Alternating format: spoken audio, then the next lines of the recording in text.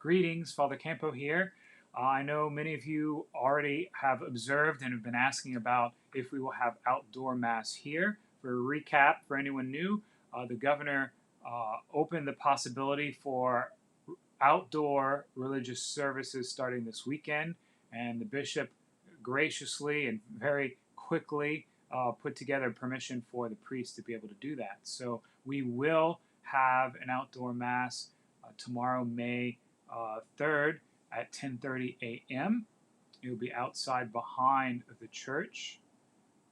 That being said, there's a few things we need to make clear about that. So first, a reminder from the bishop that everyone still is dispensed from their Sunday obligation until further notice.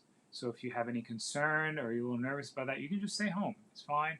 You are dispensed from your obligation. And there are other ways that you can keep holy the Sabbath, because that is still required. We keep holy the Sabbath. And you can do that watching the streaming Mass, praying, doing things together with your family to acknowledge the Lord and to be thankful for the week. If you are 65 or older, have a compromised immune system or other pre-existing conditions, you are urged to stay home at this time. Also, if you have any other symptoms, you wake up today and you feel a little off, something's not quite right, might not necessarily have a fever, but again, please just stay home. I mean, as an ordinary course, there's something I deal with taking allergy shots. The doctor, because that's something that deals with the immune system when you take the shots. Doctor says the same thing. If you feel a little off, just put off taking the shots and come and get them the next day. In a similar way, if you're a little off or have some symptoms, coughing or fever, please stay home. We will still be required to keep social distancing for anyone outside of your household. So for those who are living with you in your household, you'll be able to stay in a group. And then as your family household group, you will have to be 6 feet from the next closest group.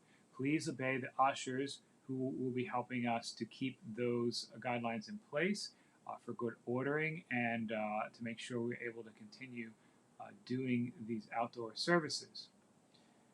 You are encouraged strongly by the bishop.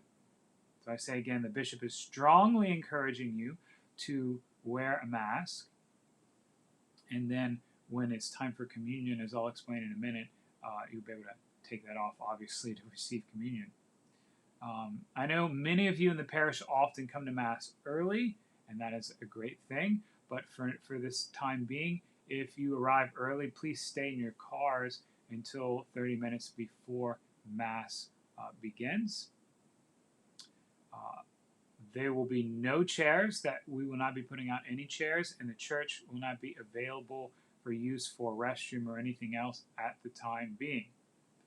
For communion, I will give more instructions tomorrow, and again, please obey by listen to the ushers as they help me to do that.